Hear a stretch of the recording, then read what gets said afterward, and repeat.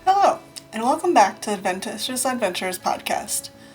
First, I want to say sorry it has been such a long time between the last episode and now. I was actually focusing on finishing the second book in a young adult dystopian trilogy that I have been writing.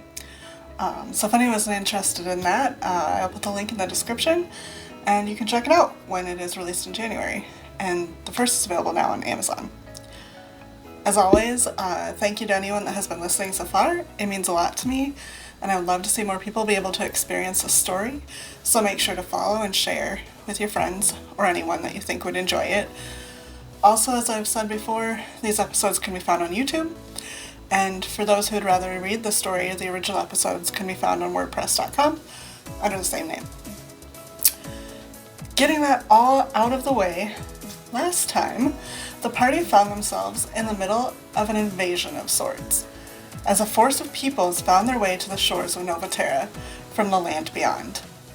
It appeared as if they had come in peace, and the party spent time honoring their appearance. However, not everyone, it seems, was so trusting, as Anya, Inara's mother, seems not so thrilled at the new visitors. The morning after the party, Anya pulls Inara away, urging her to follow, which she does, getting into a wagon, and off to a future unknown.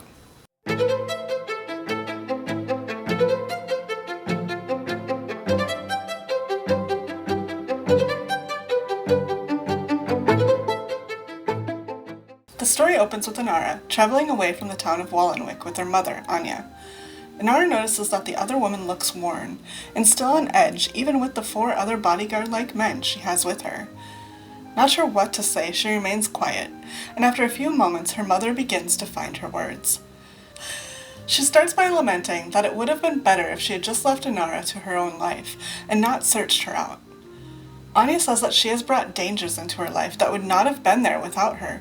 She also apologizes for splitting her off from her companions, but could not risk telling her what she's about to, while with so many people.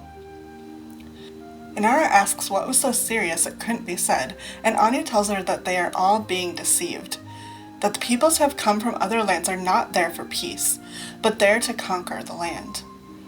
Inara asks how she can be so sure, and she tells her it is because she has seen many lands taken over by them. Inara also asks about Khafra, and if it really is as bad as she has heard. Anya says it is like any land, where the people are not perfect. But the land itself lives in harmony through the protection of Persephone, whom her father actually served. At the mention of Persephone, Malvus exits the vessel which was still hanging around Inara's neck, and starts to argue with Chop for a moment, before realizing their surroundings. He seems surprised for a moment that they had left the party, and asks exactly what had happened. He then becomes happy that he no longer has to deal with Chop. They eventually ask Anya where they are headed, and she answers that they are going to a hideout of sorts. Malvus is still skeptical of Anya, and asks why they are headed there, and what is the plan for after that. Anya, looking at Inara, suggests that perhaps it is time they went to go find her father. She asks how that could be possible, and Anya says that at the hideout they are traveling to, there is a portal to the lands beyond. Inara seems intrigued, but Malvus is not sure about trusting portals, claiming that bad things come from them. Anya hears his concerns before changing the subject instead to how she is glad that Inara has been able to travel with someone who seems good and thoughtful, and obviously sees that she is someone important. Malvus takes the compliments, but in the back of his mind, hears Ula redirect this and say, sure, she's important, for now. After a moment, Malvus also asks why they would switch to finding her father, if Inara is supposed to be finding the symbols she was tasked with. Inara answers that she has been told she could not find the rest of them in this land, which must mean that they are in the lands beyond. She says that perhaps the 2 quests could be related, or able to be done together. Then, after motioning to the stone in her necklace, says that they are already ahead since the party was able to skewer the flame. Looking at the stone, Malvus does see that it looks slightly different than he remembered. However, anything he would have said in response is cut off by the guard on the top of the wagon, signaling they had reached a town and asking if they would like to stop.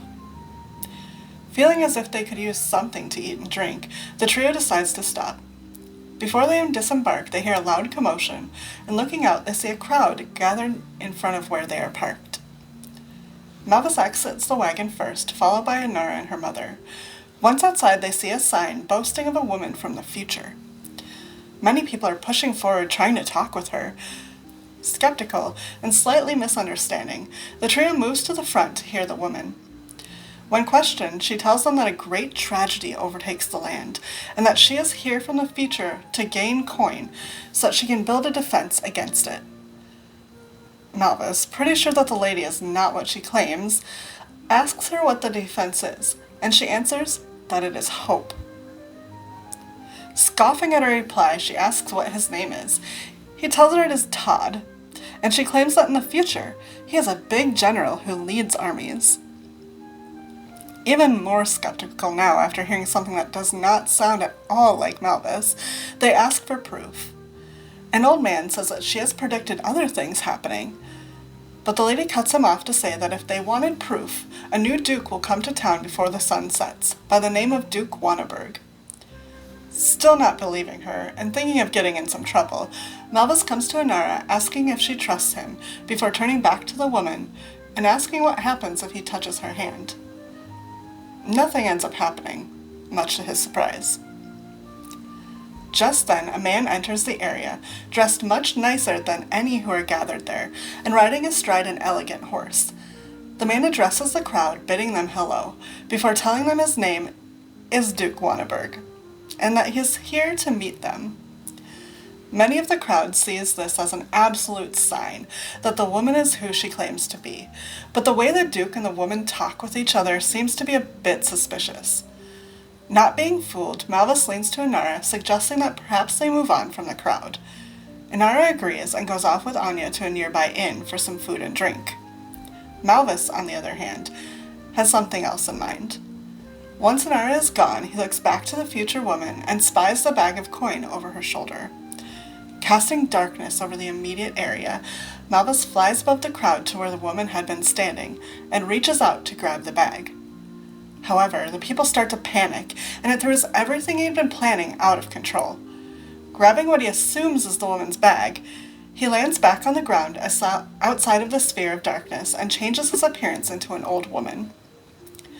Going to admire his spoils, however, Malvus realized just how much the plan went wrong. Inside the bag were not the coins he was hoping to steal, but a bunch of chocolate made to look like money. Unconcerned with the chaos that is happening behind them, Inara and Anya finally reach the inn.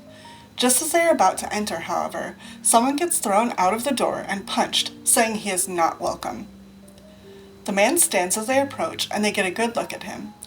He is dressed rather strangely and talks to himself as if he is having a full conversation, before eventually turning to them and asking if they would like to have a threesome.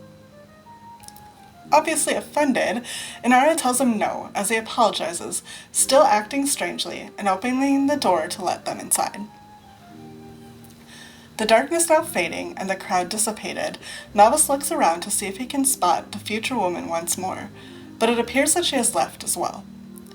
Not sure what else to do, he heads to the inn. As he comes close, he is greeted by the strange man who had still been hanging outside. The man tells him he recognizes what he is, and calls the both of them warlock buddies. Malvus is unsure of the man as he introduces himself as Radcliffe Harry, in between conversations with someone who is not seen. Radcliffe notices Malvus looking at him strangely, and they end up in a conversation about patrons and what they have them do. Malvus seems to be holding back much of his own information, but Radcliffe does not seem to care, and talks freely about how his patron Loki makes him humiliate himself in order to give him his power, leading Ulla to whisper, "Not this guy," in the back of Malvus's mind. Radcliffe then goes on to tell the story of how he came to be connected to Loki. He says that he had been studying peacefully at a temple when the place was ambushed by slavers and he was taken. He was locked away for some time, but eventually saw a blue-skinned man that offered him help. Malvus listens to Radcliffe's story, and the way he talks about himself having to put himself in compromising situations, and asks why, if he is not happy, does he not just leave Loki? Instead of simply answering the question, Radcliffe asks Malvus who his patron is, and starts listing off names, hoping to guess. Silently asking Ula if he should divulge the information, she tells him it is his choice, and Malvus answers Radcliffe's question, saying perhaps they should go have a drink before talking. Walking towards the entrance, Radcliffe continues to try and guess Malvus's patron, listing a few nonsense names before landing on Ula. He says he hopes that is not the case, because she is not good, and goes so far as to tell him that Loki says she is a bitch. This remark finally seems to make Malvus respond more than casually. He states seriously that Ula will bring forth a new era, and those opposed will be incinerated, and their souls will be hers. The warning does not seem to affect Radcliffe much, as he continues to throw insults in Malvus's direction. That is until Malvus gets fed up and casts Fireball at the man, hitting him. Radcliffe seems surprised, but responds by casting a negative energy flood, which Malvus disrupts with Hellish Rebuke. However, the man is not done, sending a wave of energy in Malvus's direction, finally hitting him hard. Radcliffe comes close and tells him that if he indeed serves Ula, then he has no future before finally turning and leaving. Still trying to find his footing, Malvus can sense Ula appearing in front of him, seeming angry. He apologizes for not upholding her name the way she deserves, but instead of forgiving him, she reaches out her hand, gripping him by the heart and injuring him. She tells him not to fail her again, before finally releasing her hold and disappearing. Crumpling to the ground, Malvus tries to get himself back together, and is approached by a drunk dwarf who offers him a drink, which he accepts. Inside the inn, Inara and Anya have found a table and are trying to have a decent conversation, but it's proving difficult because it appears the crowds have moved inside after being dispersed. Through the crowd, Inara swears she can hear the word Mitram, but when she searches for the source, it is not able to find who or where it is coming from. Anya, noticing her distraction, tells her that she wishes to spend time with her and get to know her better, but she is not keeping her here like a prisoner. She is free to go back to the party if that is what she wishes to do. Inara hesitates for a moment, but then says that she does wish to find and learn about the rest of her family, so is choosing to stay. Anya nods before telling her that staying does put her in danger. She has been running from many organizations that know she has access to the portal they are headed to, and wish to have that power for themselves. These organizations have constantly been looking for her, which means Inara will also now be a target. About this time, Malvus finally enters the inn, going straight to the bar and asking for the strongest drink they have. It ends up being some blue fruity concoction, which he then carries with him as he finds Inara and drops himself into a chair next to them. Inara, noticing that Malvus looks either drunk or beat emotionally, asks what happened and if he is all right. Instead of his usual affection and friendliness towards her, Malvus barks back with a glare that it is nothing, and that he is just going to sit and drink his drink. Taken aback and hurt, Inara rises from the table and snaps back that he can just sit there and drink then, turning to go up to the rooms they had rented to hide her distress. Morning comes, and as they are all meeting up downstairs, the person behind the bar says they have a letter for Malvus. He takes it and reads it, not saying anything more before the four of them head back to the wagon. They travel for much of the day with nothing of import, until about midday the atmosphere around them begins to seem strange. The sun should still be shining high above them, but instead it is almost dark. Suddenly the horses start to veer around and seem upset. Looking to the front of the wagon, they realize there is no longer anyone holding the reins. Thinking fast, Malvus casts Mage Hand, controlling the horses and pulling the wagon to a stop. Getting out, Anya realizes they have arrived at the hideout she had been leading them to, but something just does not seem right. She tells them to make their way to the tower standing in the middle, but to be cautious. As they begin to creep their way there, they are attacked by something they cannot see. Inara is hit rather hard by a spiked chain before the creature finally emerges. They look almost elvish, but seem menacing and dark, a Shatterkai. He attacks again, once more finding his mark before Anya urges them to rush to the tower. Inara, taking the command seriously, rushes towards the tower, while the other two attack. Malvus with Eldritch Blast, and Anya with a Radiant Dagger. They seem to do all right for a moment, until another Shatterkai appears, and the fight quickly turns. It does not seem to take much before Malvus is down, and Anya is not doing much better.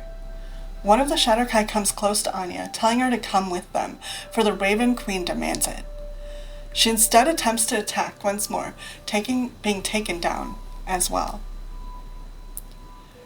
Realizing that her companions have not followed, Inara turns back and finally sees the scene behind her.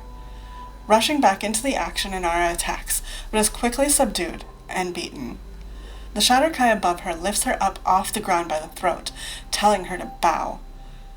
Feeling her breath leaving her, Inara starts to realize they have been beaten, when suddenly a radiant arrow comes out of nowhere, blasting the Shatterkai and releasing her. Falling to the ground and trying to regain her breath, Inara crawls to where Malvus is laying, and even though she is still upset at him, stabilizes him before looking back at their savior. An elven man with dark hair and dressed in armor quickly moves through the Shatterkai, taking them down one by one. Before he can fell the last, however, the Shatterkai cries out that Persephone cannot help him here, as the man runs him through. The Shatterkai now defeated, the man rushes over to where Anya is lying unconscious. He speaks some soft words to her before healing her with a golden light. Remembering that Anya was not alone, the man now turns and comes over to where Anya is sitting next to a still unconscious Malvus. He questions why they are with Anya, and Inara stumbles through an explanation of traveling with her to the portal. The man introduces himself as Elzaman, and as Inara answers about who she is, she can see the man's face of shock before passing out due to her own injuries. Malvus finally wakes, feeling beaten, as if he had been just tortured. Looking around, he can see that he is chained up in a state of undress. Just as he is getting his bearings, he is lifted up by the horns by a very angry Ula. She screams at him that she is tired of giving him chances, that she wants a champion, and if he wants to have the power she has, he needs to live up to that. With that, the vision fades, and Malvus truly wakes up in a light-filled room. Inara wakes as well, looking around and seeing all of her companions there and alive. The elven man Elzaman from before comes over to her, seeing she is awake, and tells her that they are safe in the tower. He reintroduces himself, finally telling her that he is her father. Anya comes to sit by them as well, and Elzaman seems to be delighted to finally have his family back together.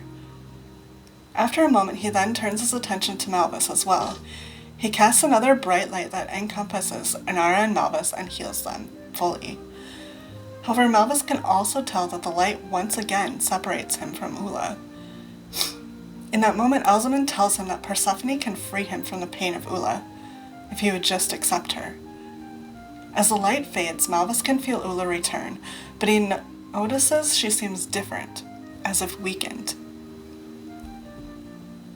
Giving them a second to collect themselves, Elzaman then explains that the Shatterkai serve a deity known as the Raven Queen. They are enemies of Persephone, and were therefore there to stop them. He tells them that he is a champion of Persephone, and that she sent him here to find them, because they and their companions will be in the center of a storm that is coming. Persephone was insistent on helping them, because she is legitimately fearful of what is to come. And who? The Godslayer. Malvus and Inara mention that they have heard about Persephone before, from their companion Chop. Elzaman thinks on this a moment, before telling them he believes maybe they should return to this Chop. After a moment, they agree, much to Malvus's disappointment. Alright, so this episode was very integral to a lot of things that are to come. It had only a couple people in it, however, it was very important. Not only did you see that, Inara now has this family that she didn't know existed, So a lot of her backstory is revealed, and she finally has the parents that she never knew. But you also get to see some fracturing with Malvus and his patron, which is going to be a very big thing that happens in the next few episodes and lead to some pretty big consequences and choices. And so, which affect a lot, actually, in the rest of the story. The choices that he ends up making in the next couple episodes based on this. You also kind of get to see a little bit more of the relationship between Malvus and Inara forming, and whatever it will be, but you get to see that a little bit more, which is kind of cool. And you also start to hear things about, even more so about this bad thing that's coming and the forces that are working against it, notably Persephone, which is a name that you will hear probably more, I believe. Yes. And we've obviously heard before, but a lot of this will start to kind of be big things that happen for the coming episodes. This episode, playing in it was fun. We had a lot of fun with the blackout to the villagers, and then failing the roll to actually succeed in getting the gold off of her and everything. So that was a lot of fun. And once more, my character made a choice which just reinforced the things that I kept getting told about being more inclined to run away. Though in this case, we were told to do something, and I took that literally. So sue me. But yeah, it was really fun, a good episode, and I think that it, showcases a lot of things that are to come in the next part of this campaign. So next week we will get to kind of see what happened with everybody else and how they all meet kind of back up. I think one of the big things is that in the end of the episode before this one, Chop had met some people at the very end who are connected to someone that may not be there, in case you hadn't noticed, and you'll get to see what they think and kind of see a little bit into Malvus's backstory, which will be kind of fun. But yeah, you'll get to kind of see what happened on the other side and how that will play a part in what is coming as well. So until then, have fun, roll well, and see you later.